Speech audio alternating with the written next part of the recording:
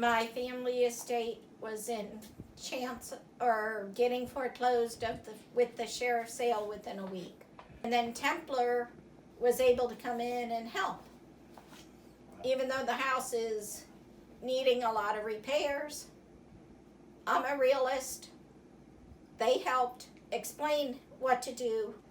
Yes, my lawyer for the estate was helping, but he isn't a real estate lawyer, so he didn't know New Jersey real estate laws as much as Templar did. With them helping me, it was a whole lot easier because they knew the real estate system, and they also helped me with going to the court that following Monday to stop the foreclosure sale with the sheriff's sale, because they had the money behind them to promise sale of the house.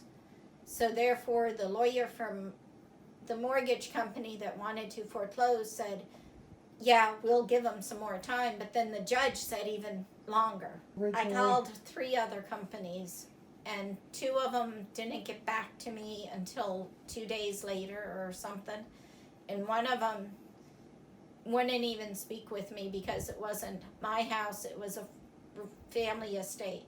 It was Templar. easy working with Templar.